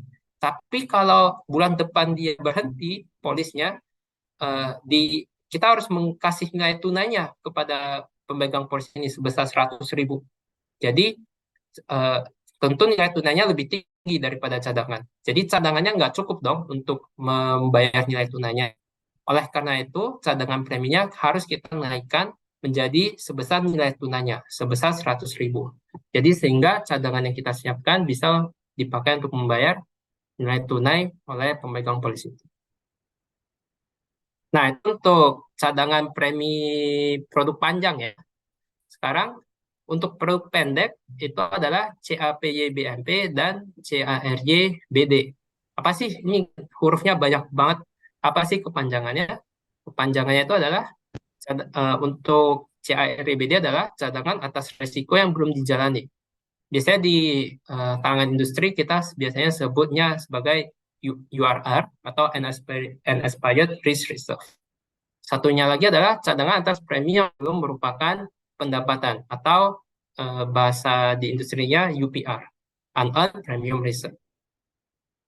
Nah, karena ini jangka pendek, maka metode perhitungannya itu tidak seribet perhitungan cadangan untuk produk jangka panjang. Nah, untuk produk jangka panjang ada asumsinya lah, asumsinya juga harus mengikuti standar praktik segala macamnya gitu. Tabel mortalitasnya harus diasumsikan, tingkat lapse-nya juga harus diasumsikan. Tapi buat perhitungan produk jangka pendek ini simple, tidak begitu ribet. Karena hanya produknya hanya kurang dari 1 tahun. Nah, ya jadi produknya itu untuk yang lebih kecil dari 1 tahun atau 1 tahun dan renewable. Renewable ini maksudnya tuh kondisi polisnya itu bisa di renew tiap tahun gitu ya, tiap tahun. Contohnya seperti yearly renewable premium. Jadi tiap tahun preminya berubah. Nah itu kita bisa menggunakan CAPY BMP. Nah, dan pembentukan cadangannya itu untuk produk ini adalah nilai maksimum antara UPR dan URR. Kita melihat dulu yang namanya UPR. UPR itu sudah diatur oleh OJK sendiri, di mana UPR itu adalah premi dikurang komisi dikali proporsi harian untuk masa asuransi yang belum dijalani. Dan komisinya sudah juga diatur oleh OJK. Jadi untuk kendaraan dia maksimum 25%, untuk properti maksimum 25% juga. Ini sepertinya 20%, tapi saya tidak begitu yakin. Tapi untuk lainnya itu berdasarkan pengalaman aktualnya perusahaan. Gitu. Jadi ini simple gitu. Jadi ibaratnya tuh preminya tuh diprorate aja, diprorate, lalu hasil prorate-nya dijadikan sebagai cadangan.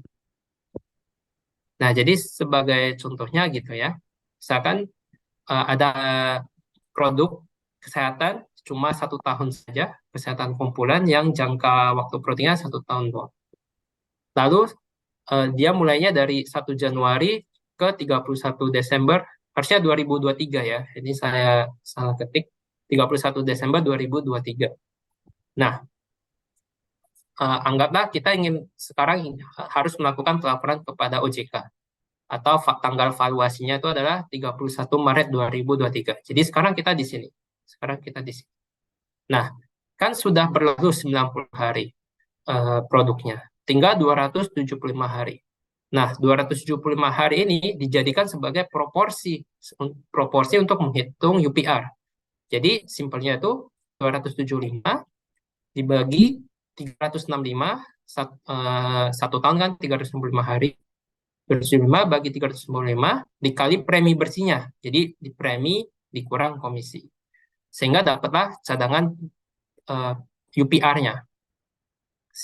Lebih ini kelihatannya lebih sederhana ya, lebih daripada GPV itu.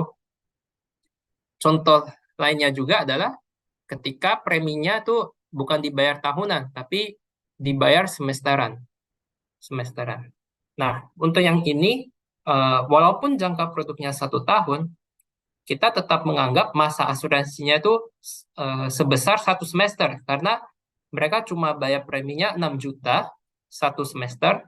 Ketika mereka bayar 6 juta, kita wajib menanggung mereka selama 1 semester di sini. Nah, itu menurut peraturan OJK-nya sendiri. Dan jadi bukan pro rate-nya bukan per 1 tahun, tapi per 1 semester. Untuk contoh ini. Jadi dengan cara yang sama kita bisa lihat bahwa misalkan sudah tanggal 31 Maret, sisa masa asuransinya itu 91 hari. Maka cadangan UPR-nya adalah 91 hari dibagi total panjang masa asuransinya, yaitu 1 semester, dikali dengan premi bersihnya. Sehingga mendapatkan UPR. Ya. Nah, tadi UPR, sekarang URR atau cadangan atas risiko yang belum eh, apa di belum dijalani ya, yang belum dijalani. Nah, dan untuk menghitung URR ini pun simple, hanya tinggal rata-rata dari rasio klaim tingkat akhir kali premi bruto. Sehingga eh, ya rata rasio klaimnya juga sudah diatur oleh SOJK, di mana rasio klaimnya adalah klaim tambah perubahan cadangan klaim dibagi dengan premi bruto kurang komisi langsung plus CAPY BMP. Jadi ini seolah-olah klaim gitu ya, klaim dibagi premi gitu, klaim bagi premi. Nah, ini adalah rumusnya. Terlihat simpel ya, tinggal tambah kurang kali bagi. Contohnya itu misalkan dalam produk ini rasio klaimnya itu ke 3 tahun belakang adalah 90%, 97%, dan 92%. Lalu ada preminya sekian, komisinya sekian untuk produk ini gitu, produk kesehatan kumpulan yang jangkanya kurang dari 1 tahun. Maka untuk menghitung URR-nya cukup dirata-ratakan rasio klaimnya, lalu dikalikan dengan net premiumnya, sehingga dapatlah URR-nya seperti ini. Jadi ini untuk menghitung cadangan premi jangka pendek, konsepnya itu ada dua, ya. Yang satu itu adalah eh, premi yang belum menjadi hak kita itu dijadikan aja sebagai cadangan. Itu konsep pertama atau konsep UPR. Konsep keduanya adalah berdasarkan pengalaman-pengalaman lalu, ya, berapa sih kira-kira klaim klaim yang terjadi? Nah, kalau klaim rasio kan klaim bagi premi. Klaim per premi dikali premi sama dengan klaim gitu.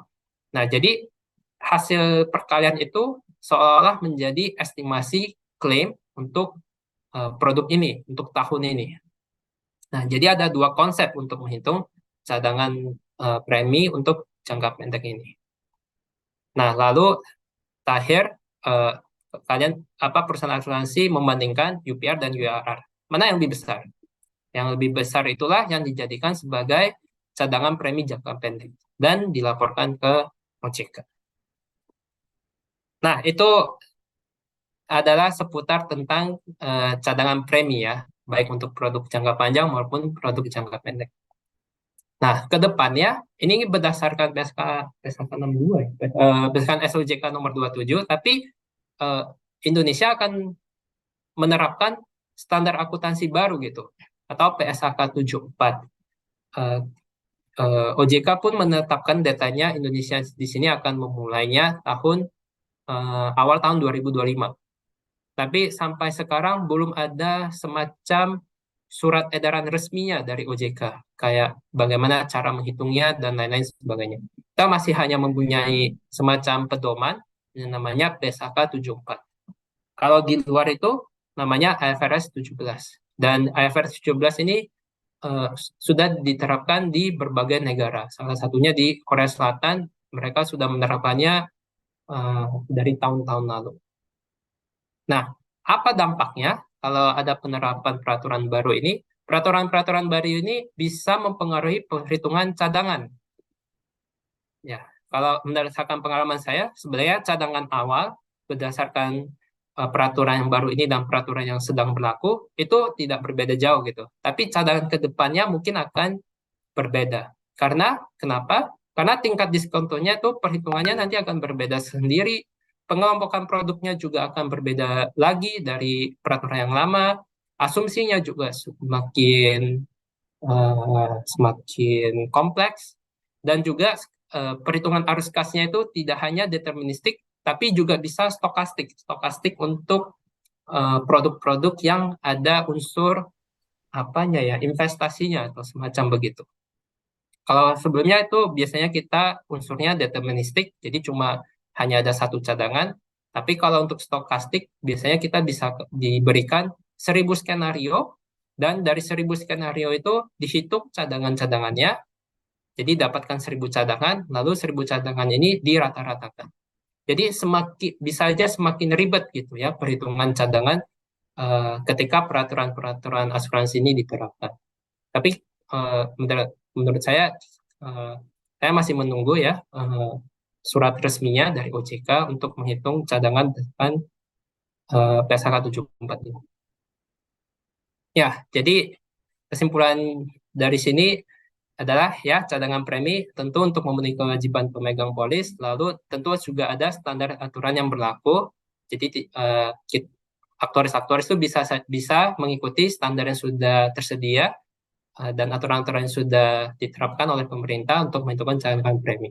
Lalu untuk menentukan cadangan premi, terutama untuk produk jangka panjang, eh, aktoris-aktoris harus mengetahui bagaimana caranya memilih metode dan asumsi yang logis, asumsi yang wajar untuk menentukan cadangan premi. Ya, begitu sekian dari saya. Saya harap adik-adik di sini sudah mengetahui bagaimana cadangan premi dihitung dalam kalangan industri, sehingga ketika adik-adik menjadi aktuaris, eh, sudah mendapat gambaran sedikit gitu ya mengenai cadangan, bagaimana cara menghitung cadangan premi dan apa-apa saja pelaporan yang dibutuhkan untuk disubmit ke OJK. Ya, terima kasih. Oke, baik. Terima kasih Pak Wisnu atas materi yang disampaikan. Cukup berat ya, tapi semoga masih semangat ya teman-teman di sini untuk terus menyaksikan apa namanya Stadium General kita hari ini. Walaupun berat, tapi ini ternyata manfaatnya luar biasa sekali loh ke depannya ya. Ternyata premi itu dibagi ke dalam beberapa hal ya Pak ya, baik itu Ya. pengeluaran, manfaat yang kepada pemegang polis, dan juga terakhir yang kita bahas intinya itu adalah ke dalam cadangan. Cadangan juga tadi udah dijelaskan ada ke jangka panjang, jangka pendek, juga tadi sudah ada terkait ilustrasi ya perhitungan-perhitungan dari cadangan itu sendiri. Nah, dari yang menyaksikan ini pasti penasaran nih kan, mungkin ada yang ingin ditanyakan langsung ke ahlinya nih. Mumpung kita sudah kedatangan narasumber yang ahli dalam bidangnya, mungkin ada yang ingin ditanyakan, bisa boleh raise hand ataupun tuliskan pertanyaan di dalam kolom chat ya. Ini Oke, ada. ini yang pertama. Oke, sebentar. Ini yang pertama ada di kolom chat dulu ya. Saya coba dari Deborah Sebrina. Izin bertanya mengenai proses stokastik dalam menghitung cadangan premi, bagaimana perubahan dalam parameter stokastik seperti tingkat kecelakaan atau tingkat klaim dapat mempengaruhi perhitungan cadangan premi. Terima kasih. Mungkin bisa langsung dijawab, Pak Wismoyo. Ya, baik. Sebenarnya untuk parameter stokastik sendiri, sepengalaman saya tidak diterapkan pada tingkat kecelakaan atau tingkat klaim itu tersendiri gitu ya. Biasanya stokastik itu diterapkan pada tingkat bunga, terutama untuk eh, produk yang ada kaitannya dengan investasi atau produk yang menjanjikan suatu suatu manfaat kepada nasabah ketika dengan syarat di mana persyaratannya itu ada hubungannya dengan kondisi ekonomi makro gitu di Indonesia. Untuk produk-produk yang seperti itu, untuk IFRS 17, parameter stokastiknya ada, tapi dia diterapkannya di tingkat bunga gitu. Jadi sepengalaman saya mungkin eh, bis- bisa dijadikan sebuah bahan ya penelitian bagaimana kalau stokastiknya diterapkan ke tingkat kecelakaan dan tingkat klaim. Em, ya mungkin ke depan, mungkin ini bahan skripsi aja ya. Mungkin bisa aja stokastik itu kan sebenarnya kan banyak skenario ya, 1.000 skenario. Mungkin dari tingkat kecelakaan, histori tingkat kecelakaan sendiri bisa dibikin statistiknya, bisa dibikin rata-ratanya, bisa dibikin standar deviasinya, bisa dibikin distribusinya, lalu dari distribusi itu bisa dijadikan 1.000 simulasi. Nah, 1.000 simulasi itu eh, dari 1.000 skenario itu dijadikan setiap skenario dihitung menjadi cadangan, lalu 1.000 cadangan itu dijadikan sebagai rata-rata untuk dijadikan sebagai cadangan premi finalnya gitu. Kalau dampaknya sih, dampak stokastik ke deterministik itu saya tidak bisa eh, bilang secara pasti ya. Kadang stokastik lebih baik, kadang stokastik lebih buruk gitu. Itu kan tergantung produk, kembali lagi ke produk-produknya gitu dan asumsi-asumsi dan distribusi-distribusi yang diterapkan pada asumsi. Jadi begitu ya. Mungkin tidak ada perubahan biasanya terjadi di tingkat kecelakaan dan tingkat klaim. Itu biasanya cuma berdasarkan pengalaman perusahaan. Satu asumsi tok gitu. Ya, semoga menjawab. Oke, baik itu jawaban dari siapa tadi Devri Zefrania ya? Sorry, dari Deborah Sabrina. Apakah menjawab? Semoga menjawab ya. Karena di sini ternyata banyak sekali Pak yang nanya, berarti banyak yang tertarik ya Wah, terkait materinya. Wah, ini ada lagi. Oke. Saya hold dulu yang di kolom chat, ya, mungkin langsung ke tadi yang bertanya di Cynthia. Silahkan Cynthia. Baik Ibu, terima kasih banyak.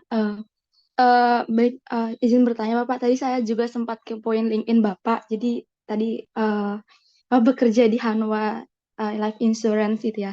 Nah, ya. tadi kan Bapak jelasin tuh tentang cadangan teknis dan kemarin juga sempat ada seminar juga baru-baru ini. Cadangan teknis di Indonesia itu masih terbagi jadi tiga, itu ada katastropik, terus ada cadangan klaim sama cadangan premi. Tapi setelah Bapak jelasin itu ada jadi 5 ya. Nah, itu sendiri cadangan teknis ini hanya ada di Hanwha atau memang em, ada di Indonesia tapi belum disebutin aja gitu. Terus juga tadi Bapak jelasin kalau misalnya nih cadangan teknis itu diperoleh dari premi gitu.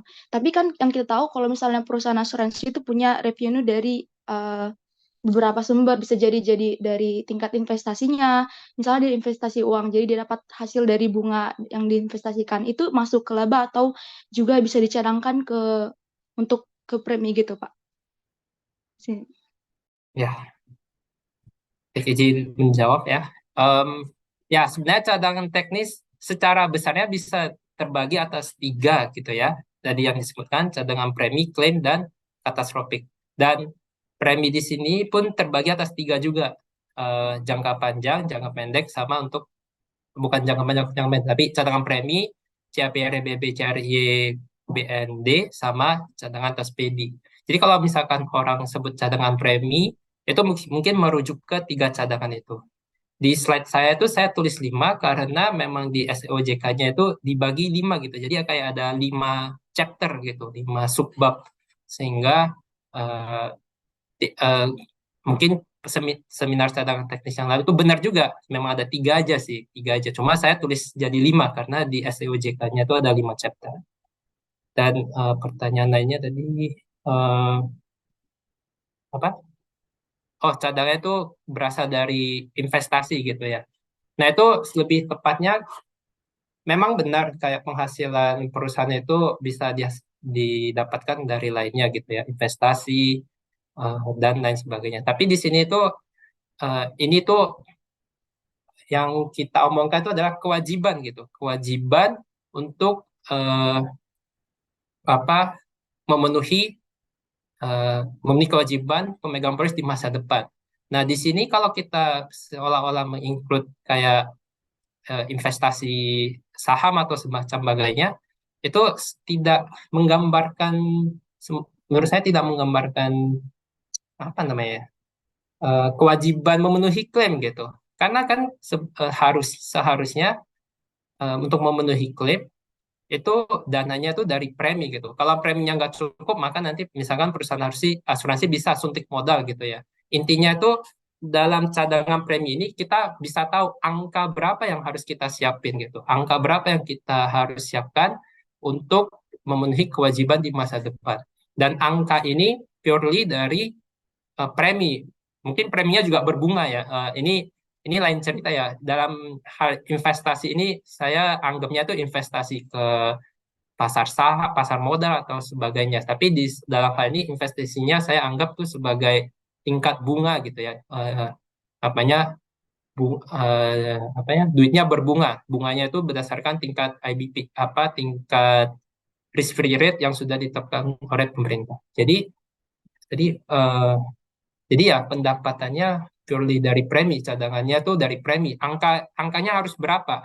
Angka cadangannya harus angka cadangannya berapa dan itu yang harus disiapkan oleh perusahaan asuransi. Bagaimana perusahaan asuransi menyiapkan cadangannya?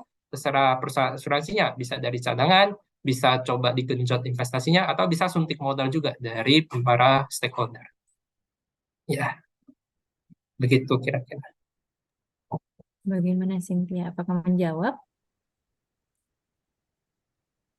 Menjawab Ibu, terima kasih Bapak dan Ibu juga. Oke, baik. Di sini masih ada satu pertanyaan lagi yang raise hand ya di sini atas nama Niken Pratiwi. Silakan Niken. Baik, terima kasih Bu atas kesempatannya. Sebelumnya izin memperkenalkan diri, saya Niken Pratiwi yang kemarin juga sempat hadir ya Pak waktu kunjungan industri di Hanwha Insurance. Di sini saya izin bertanya Bapak, ada dua pertanyaan. Pertanyaan pertama itu adalah bagaimana sih Pak perusahaan itu menangani perubahan dalam regulasi yang dapat mempengaruhi cadangan premi? Dan pertanyaan yang kedua, bagaimana perusahaan itu menyampaikan kepada pemegang polis atau pihak terkait apabila terdapat perubahan dalam cadangan premi tersebut?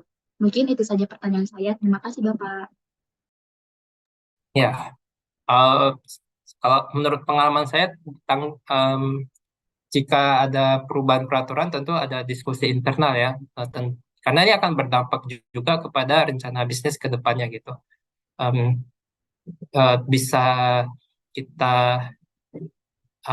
lakukan simulasi gitu, bagaimana kalau cadangan peraturan baru ini diterapkan, apa dampaknya ke cadangan ini, lalu ketika sudah tahu dampaknya, ternyata dampaknya makin memburuk, maka rencana-rencana bisnisnya harus diadaptasi, harus di-adjust agar karena udah ada dampak dari cadangannya, jadi bisa mengadjust sehingga mengakomodir dari dampak cadangan ini. Lalu juga karena ada perubahan peraturan, tentu banyak perubahan yang harus dilakukan oleh perusahaan asuransi itu sendiri. Kadang perubahannya itu tidaklah kecil, tapi dalam skala masif gitu ya. Nah, ini pun menjadi tantangan bagi perusahaan untuk menghandle perubahan peraturannya. Eh, biasanya juga ya, biasanya sih begitu. Biasanya begitu. Tadi pertanyaan kedua tuh, biasanya cadangan premi itu tidak dilaporkan kepada pemegang polis ya, karena cadangan premi itu biasanya dilaporkan ke OJK atau bisa dilaporkan di laporan keuangan. Mungkin maksudnya itu ya, cadangan premi yang dilaporkan ke laporan keuangan, lalu ke laporan keuangannya dibaca oleh publik. Jadi sebenarnya untuk pemegang polisnya itu sendiri tidak ada begitu dampak terhadap tidak ada begitu tidak ada dampak dari perubahan cadangan premi ke pemegang polisnya itu sendiri gitu. Itu menurut saya. Jadi kayak ya, semoga menjawab. Baik. Saya rasa sudah cukup jelas ya penjelasan dari Pak Wismoyo ini kan ya. Duh, ini kolom chat nggak berhenti nih Pak. Banyak banget nih yang nanya. Sepertinya memang banyak banget yang tertarik terkait cadangan klaim ya. Ini banyak yang ada dari luar prodi juga ini ternyata yang nanya. Mungkin ini pertanyaan selanjutnya akan saya bacakan dari Zefri Zevanya. Tadi telah diberitahukan oleh Bapak bahwa Indonesia menggunakan gross premium valuation dan tidak menggunakan net premium valuation. Pertanyaannya, apakah Bapak bisa jelaskan secara sederhana alasan Indonesia memilih gross premium valuation dibandingkan dengan yang net premium valuation? Silakan Pak. Ya, ini menurut pendapat pribadi saya sendiri, Indonesia menerapkan gross premium valuation agar cadangannya lebih besar sehingga perusahaan asuransinya lebih besar peluangnya untuk membayarkan em, kewajibannya kepada pemegang polis. Kalau menggunakan net premium reserve sendiri mungkin cadangannya akan menjadi lebih kecil. Nah, tapi saya sejujurnya kurang tahu karena ada negara-negara lain yang menggunakan net premium reserve sebagai perhitungan cadangan lainnya. Jadi ya itu menurut pribadi saya sendiri aja Indonesia lebih baik menerapkan GPV agar peluang memenuhi kewajibannya lebih besar. Ya, Oke, seperti itu. Ini mungkin banyak pertanyaan selanjutnya ini mungkin banyak pertanyaan dasar ya yang saya rasa dari luar program studi nih Pak. Di sini ada atas nama Farah Zahira. Mengapa penting untuk memahami konsep ini di dalam manajemen risiko asuransi? Silakan Pak. Ini dari kenapa? Farah Zahira. Penting untuk memahami resiko. Sebenarnya mungkin saya kasih contoh gitu ya. Misalkan produk asuransi yang ada tabungannya itu cadangannya besar sekali gitu. Walaupun pendapatannya besar, tapi cadangannya besar. Sehingga pendapatan ini tidak bisa kita apa-apain gitu, karena kita harus jadikan sebagai cadangan. Nah, eh, dan untuk resiko asuransi pun banyak gitu ya. Resiko asuransi itu bisa aja tiba-tiba asumsinya itu lebih parah daripada biasanya. Nah, itu akan berdampak ke cadangan juga gitu. Jadi kita harus paham konsep ini. Jadi konsepnya itu contohnya saya coba memahami konsep. Jadi contohnya kita bisa tahu em, kalau terjadi kalau di masa depan ternyata asumsinya realitanya tuh lebih buruk daripada asumsinya. Nah, berarti cadangannya harusnya lebih besar daripada semestinya. Nah, untuk memanajemen ini kita harus berpikir kalau misalkan benar-benar terjadi di masa depan bahwa realitanya itu lebih buruk daripada asumsi, apa yang harus kita lakukan? Bagaimana kita mengelola asetnya? Bagaimana kita mengelola kewajibannya? Apakah asetnya di sini itu bisa kita eh, pakai untuk keperluan bisnis seperti biasanya, atau perlu kita sisihkan sebagian aset lagi agar bisa memenuhi cadangan ke depannya. Jadi menurut saya ini penting sekali. Bem, tapi kira-kira begitu jawabannya.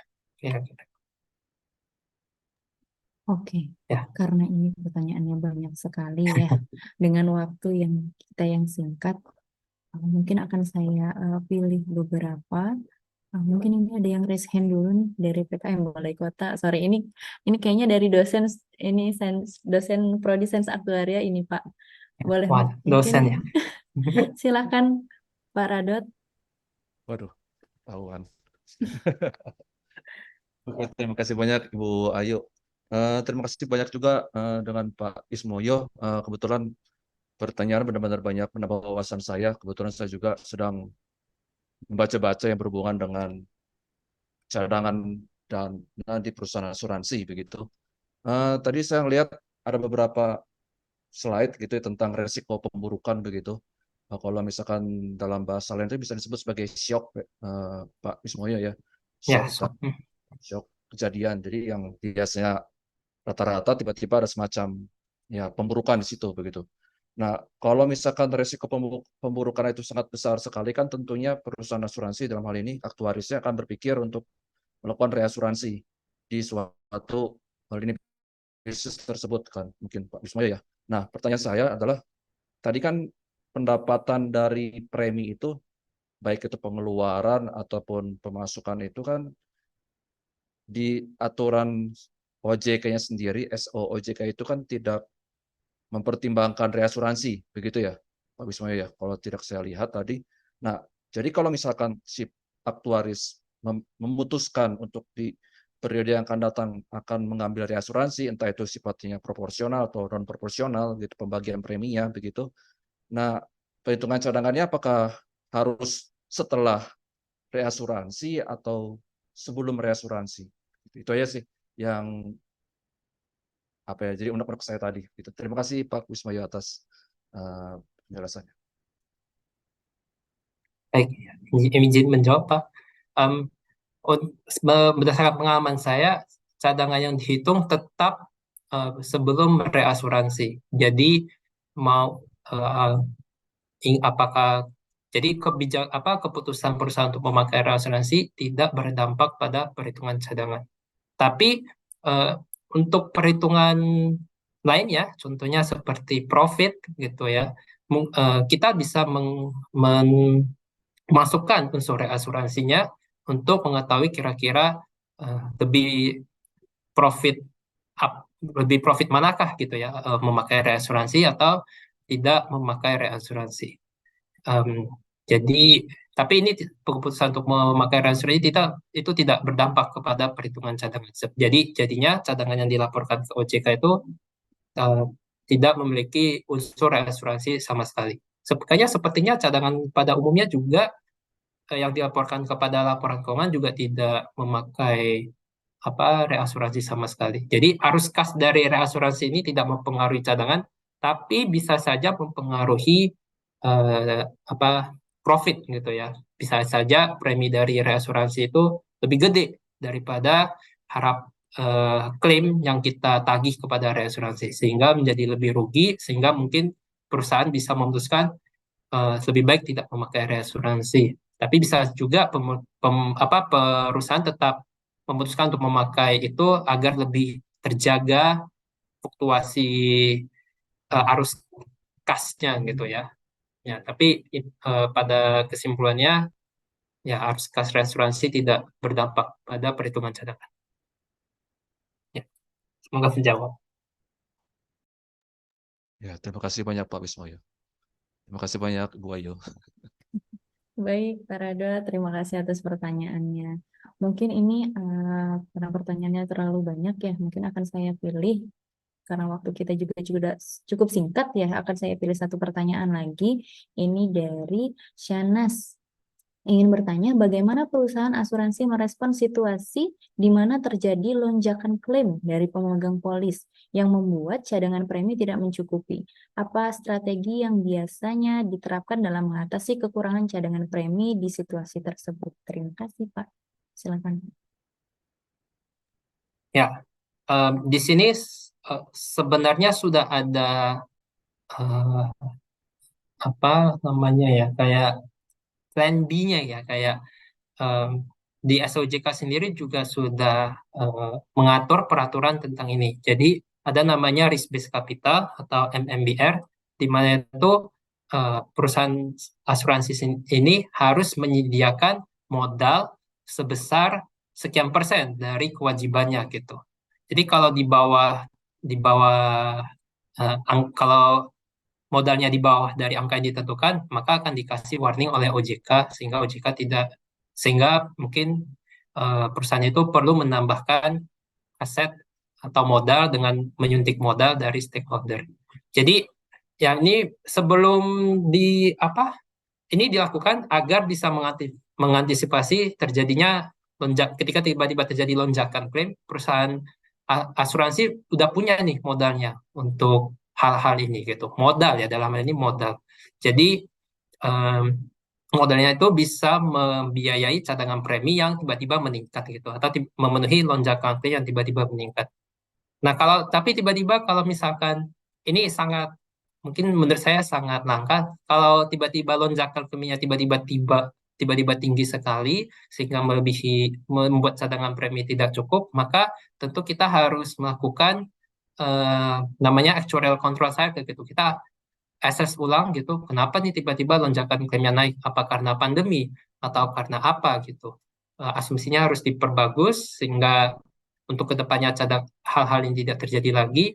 Eh, dan untuk dan tentu saja kita harus lebih konservatif lagi gitu. Jadi mungkin aset-aset yang dipergunakan untuk expand bisnis bisa dipersiapkan, dialihkan untuk menjadi modal untuk atau dialihkan menjadi cadangan. Begitu. Jadi ya kalau kekurangan cadangan premi itu sudah diatur sama SOJK-nya. Jadi kalau ada kekurangan nanti akan di-warning sama OJK-nya. Oke, Ya, jadi memang setiap perusahaan pasti sudah punya plan, nggak hanya satu plan, pasti ada plan A, B, C, dan seterusnya ya untuk mengantisipasi kejadian-kejadian seperti yang tadi. Oke, enggak. karena waktu juga sudah habis, di sini mungkin saya tutup ya untuk sesi pertanyaan kita di Stadium General Series 9 Program Studi Sains Aktuaria ini. Terima kasih Pak Wismoyo atas waktunya sudah menyempatkan hadir. Ya, terima kasih juga atas kesempatannya. Oke, mungkin bagi pertanyaan yang memang belum terjawab, mungkin nanti kita adakan seminar lagi ya supaya lebih lebih seru. Kita undang lagi Pak Wismoyo untuk bertatap muka dengan kita. Oke, mungkin Boleh ya. eh, Bisa juga pertanyaan di forward ke kontak saya juga. Boleh, saya akan mencoba menjawab. oke, tuh Ya, ada alternatif lain ya. Ada ya. alternatif bisa langsung ditanyakan ke Pak Wismoyo dari kontak yang tadi sudah di-share ya oleh panitia. Oke, terima kasih Pak Wismoyo, terima kasih juga adik-adik mahasiswa di sini yang sudah menyaksikan materi kita hari ini. Mungkin saya sebagai moderator undur diri ya. Mungkin saya kembalikan ke MC. Terima kasih. Baik, terima kasih banyak kepada Ibu Ayu atas partisipasinya untuk menjadi moderator dan terima kasih banyak juga kepada Bapak Wismoyo sebagai pemateri kita. Wah, ternyata saya tidak nyangka walaupun partisipan kita nggak on cam ya, tapi ternyata aktif gitu. Saya juga kaget, wah banyak banget nih yang bertanya gitu. Jadi mungkin nanti jika pertanyaannya, aduh Kak, pertanyaan saya ini harus dijawab nih gitu. Nanti bisa di-share aja ke panitia. Nanti kami bisa menjadi narahubung untuk bertanya kepada Pak Wismoyo gitu. Nah, jadi teman-teman semua, setelah ini kita akan adakan kuis gitu ya. Dari pertanyaan tadi tuh pasti teman-teman semua, wah saya pengen kuis deh, saya pengen kuis gitu ya. Untuk menguji juga ya terkait judul kita hari ini gitu. Tapi sebelumnya kita dokumentasi terlebih dahulu. Jadi diharapkan kepada teman-teman agar menghidupkan kameranya agar kita bisa melakukan dokumentasi. Ayo berikan gaya terbaiknya. Oke, kita mulai dari slide pertama ya. 1, 2, 3. Oke, lanjut ke slide kedua. Mungkin kepada teman-teman bisa senyum terus aja sampai slide terakhir ya, karena kita nggak tahu juga ada di slide berapa. Slide kedua, 1, 2, 3. Oke, lanjut. Slide ketiga, 1, 2, 3. Slide keempat, 1, 2, 3. Slide kelima, 1, 2, 3. Oke, selanjutnya kita akan adain kuis nih. Tapi sebelumnya saya ingin bertanya dulu kepada Bapak Wismoyo. Kebetulan tadi kan banyak banget nih Pak yang bertanya ya Pak. Dan di sini kami juga menyediakan reward lah untuk penanya terbaik gitu. Nah dari Bapak Wismoyo sendiri Oh, kira-kira yang bertanya tadi boleh pilih 2 orang nggak Pak sebagai penanya terbaik? ya. em, Sebentar, saya mengingat-ingat terlebih dahulu ya. Em, untuk em, yang pertanyaan yang terakhir, yang Ibu ada siapa ya tadi ya? Yang terakhir siapa? Yang pertanyaan terakhir Pertanyaan itu terakhir yang Syahnas. terkait cadangan premi tidak mencukupi ya Pak. ya, Itu dari Syahnas. Sahih. ya. Dan em, maaf nih chatnya agak eh Ya, pertanyaan yang ini, eh apa dari Happy Tamara yang mengapa penting untuk memahami konsep dalam manajemen risiko asuransi?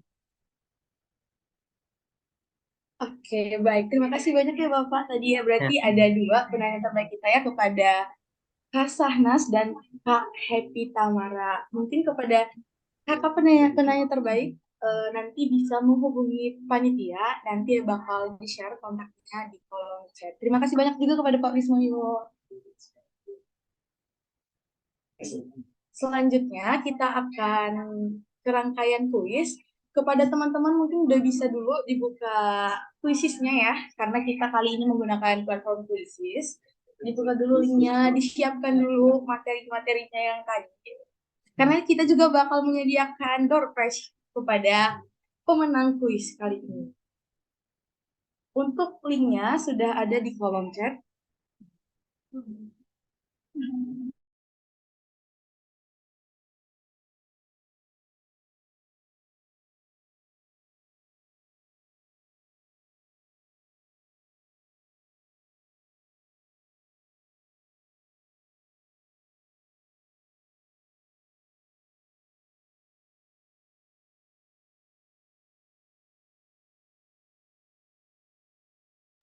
Ayo kepada teman-teman udah bisa untuk join ya dengan kode 04059.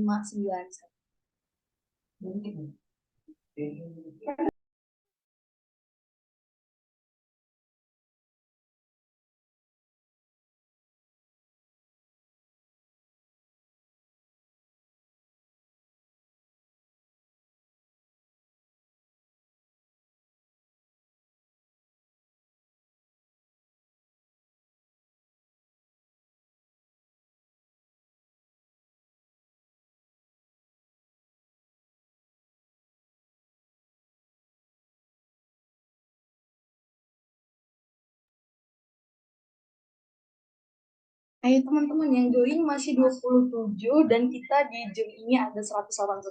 Kita tunggu sampai pukul 12.25 ya teman-teman. Jadi segera join.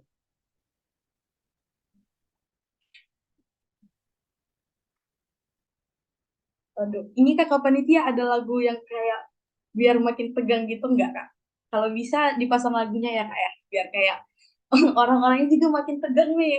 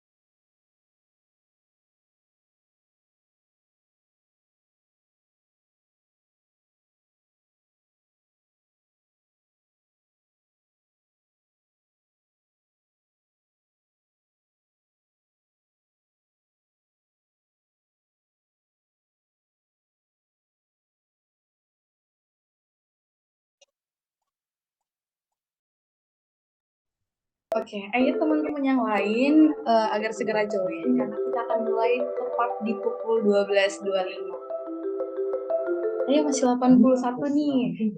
Masih ada 100 orang lagi, 103 orang lagi, 102.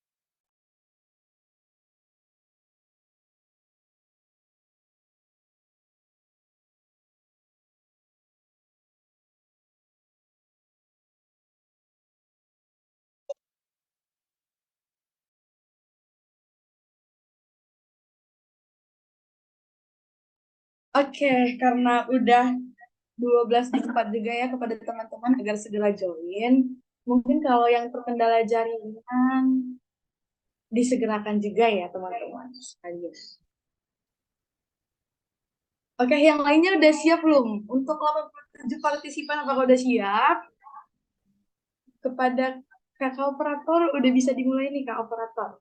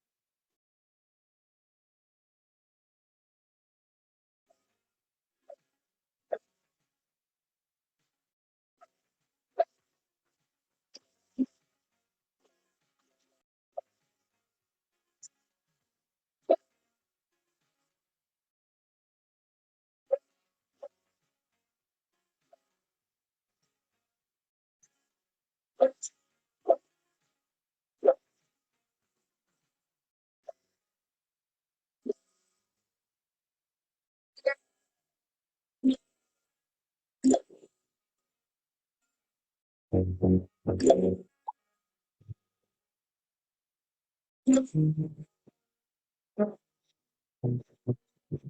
teman-teman, apakah ada yang belum selesai?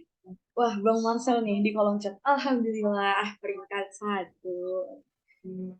Apakah Bang Marcel sampai di akhir permainan masih tetap di peringkat 1? Ataukah akan digantikan? Mari kita lihat sesaat lagi.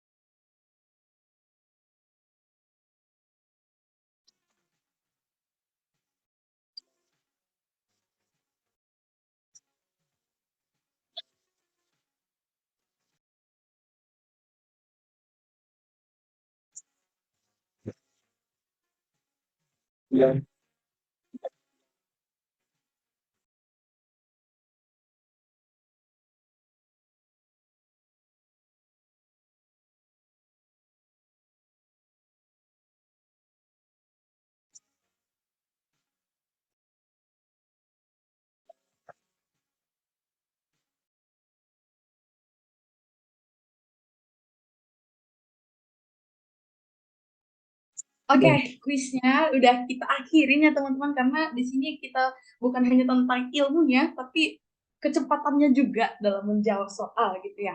Nah, jadi pemenangnya adalah nggak ada backsoundnya, jadi saya pakai backsound sendiri aja.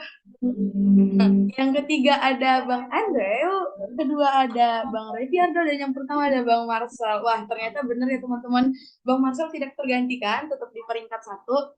Mungkin kepada ketiga pemenang bisa raise hand kali ya. Ada nggak kepada Bang Andre, Bang Marcel, Bang Reviardo?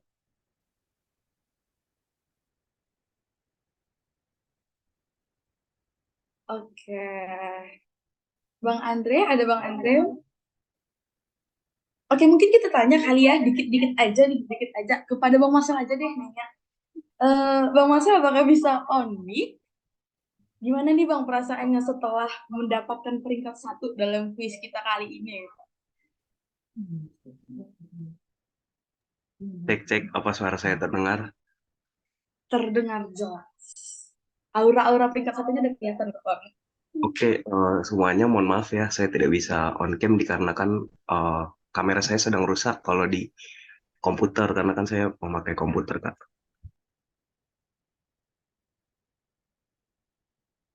Oke Bang Marcel, jadi gimana nih Bang Marcel? Gimana perasaannya setelah mendapat peringkat 1 di antara orang-orang yang ambis nih? Bahkan pertanyaannya banyak yang bertanya gitu. Jadi gimana nih Bang perasaannya? Saya tidak sepenuhnya bisa semuanya sih. Saya hanya Oh, hoki aja karena kan ada booster yang membantu saya dari apa namanya ya, dari kitnya Quizizz gitu. aduh. Oke, Karena saya terima tahu paham dari pertanyaannya, jadi saya booster aja kan, saya cepetin, ya gitu sih caranya. Oke, terima kasih banyak ya Bang Marcel. Dan nanti dimohon kepada 3 pemenang kuis agar menghubungi panitia, dan nanti akan di kolom chat udah ada kontak personnya. Jadi nanti kepada 3 pemenang agar menghubungi Bang Fahri.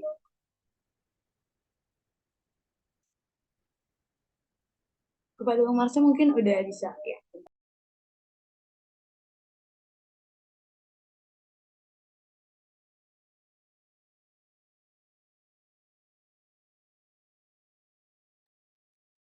Oke, karena kuisnya juga sudah selesai teman-teman dan sekarang kita sudah berada di akhir acara. Jadi terima kasih banyak kepada moderator, kepada Bu Dwi, kepada dosen-dosen sains aktuaria, kepada pemateri yang sudah menyempatkan waktunya di weekend seperti ini masih tetap belajar, masih tetap mendengarkan pelajaran gitu ya. Nggak apa-apa gitu ya, walaupun orang-orang lain mungkin masih rebahan, kita malah produktif gitu. Berarti artinya kita satu langkah lebih maju lah dibanding teman-teman kita yang lain gitu. Kepada partisipan juga terima kasih banyak telah berpartisipasi dalam webinar kita kali ini. Semoga dengan webinar kali ini kita bisa mendapatkan ilmu sebanyak-banyaknya. Bagi yang TA bisa mendapatkan titik terang untuk judulnya. Bagi semester 5, seperti saya semester 5 makin paham lah terkait cadangan teknis gitu ya. Karena wah, jujur semester 5 juga sekarang pelajarannya tentang cadangan teknis, asuransi berjangka, long term, dan lain sebagainya. Gitu. Jadi, kepada teman-teman, semoga webinar kali ini bisa bermanfaat dan nantikan juga webinar-webinar selanjutnya di Sains Aktuaria, di Instagram Himaktu maupun di Instagram Sains Aktuaria. Kepada para peserta, terima kasih banyak dan sudah bisa meninggalkan ruangan Zoom. Jangan lupa untuk absen, di kolom chat akan dikirimkan presensi agar absen untuk mendapatkan sertifikat. Terima kasih.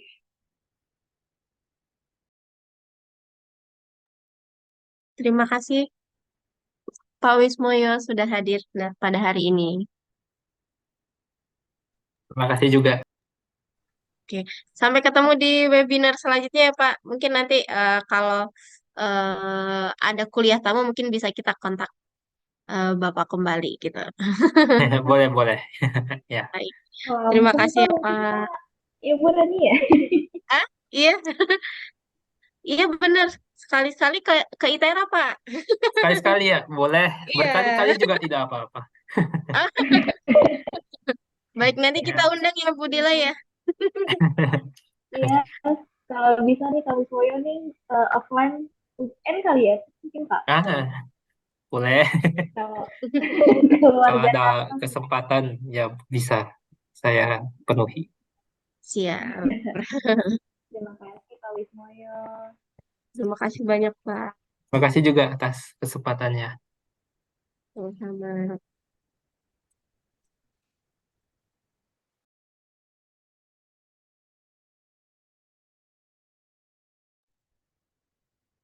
Pak Wismoyo sudah bisa mau meninggalkan Zoom.